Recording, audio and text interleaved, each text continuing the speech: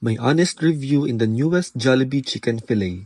So ito na nga, medyo manipis lang pala siya but I think enough naman for the price. Then, nakaseparate din pala yung sauce once served. I will first try the flavor tomato and cheese. I think mozzarella cheese yung gamit nila and I must say, medyo marami naman talaga yung sauce.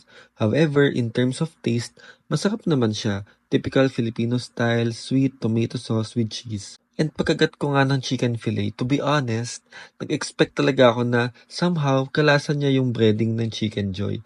Pero unfortunately, hindi. For me, kalasa niya yung the usual chicken nuggets. Next naman natin itatry yung pepper cream.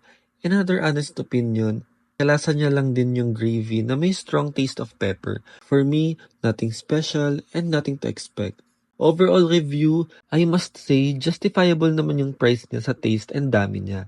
Siguro nag-expect lang ako masyado, but if gusto mo na maiba naman yung orderin mo sa Jollibee, chicken fillet is a must try. Yun lang friends, kayo, natikman nyo na ba yung newest chicken fillet ni Jollibee? Share your experience in the comment section.